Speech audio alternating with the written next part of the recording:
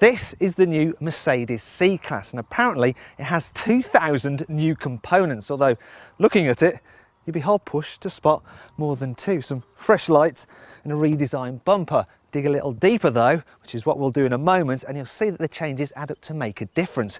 The question is though, are they enough to elevate this car to the top of the compact executive car class?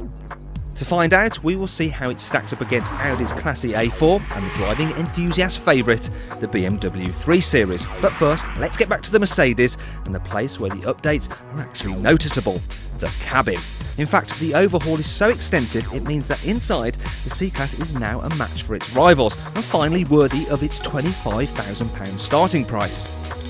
The new dash design looks more upmarket than the one in the old car did, and it helps that the central screen is now integrated like on the E-Class. Also, the driver display gets new graphics which add a touch of colour to the instruments, and all the materials feel of higher quality than they did before. It's even soft touch materials down here.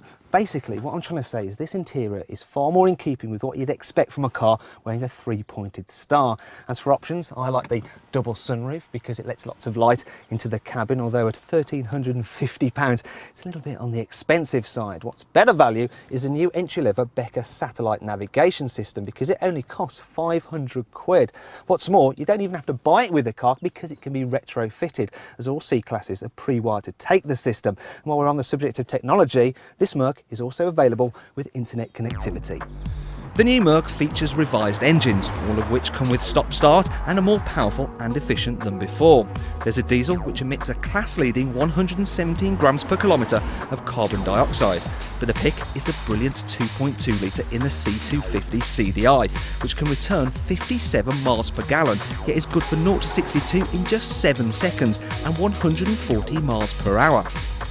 Thankfully, even when you're going very quickly, the C-Class is a very relaxing car to drive. The cabin's very quiet, the seats are very comfortable, and the standard fit adaptive dampers do a great job of ironing out bumps in the road. You can even get a sports version if you want things a bit more racy that features lowered stiffened suspension. But while the Mercedes handles well, when it comes to driving down your favourite bit of B-road, there is only one compact executive car which can turn you into a giggling idiot. Oh man, sorry, I've just totally forgot I should actually say something. I got a bit carried away having too much fun. But that's the thing with the 3 Series, you see. It's just so entertaining to drive that you sometimes just take a detour from the motorway to go on a twisty road such as this because, I mean, it just handles so well. There's so much grip. But my favourite bit is the steering because it's so responsive and it has so much feel to it. Sadly, the trade-off for that fun factor is that the steering can feel a little heavy in town. And overall, while comfy and quiet, the BMW isn't quite as relaxing as the Mercedes. It's the same story inside, because even though the cabin design is the most contemporary, there's slightly more cheap-feeling hard brittle plastics than you'll find in its fellow Germans, which brings us on to the Audi. When it comes to build quality, the A4 is king, or should that be Kaiser? Anyway, it's the best screwed together and the most luxurious too. And then there's the exterior design.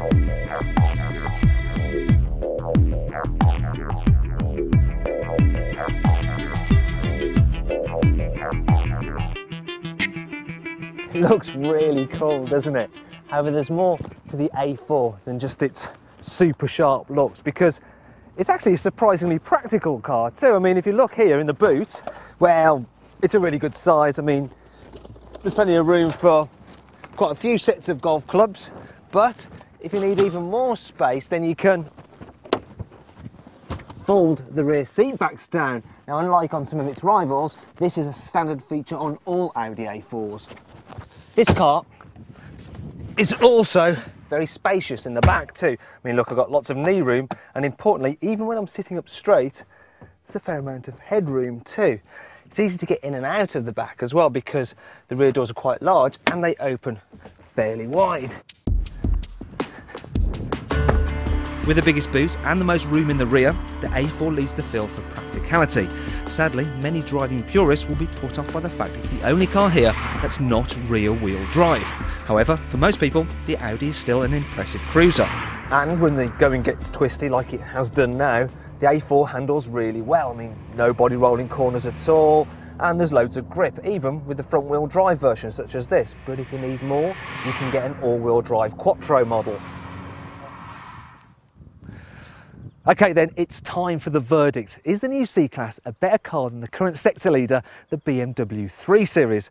Well no, unfortunately it's not, and it's not better than the Audi A4 either. That said, the updates do make it a slightly better machine than it was before. I mean, the gap between it and its rivals is now almost unnoticeable. A bit like the external changes to the car itself then.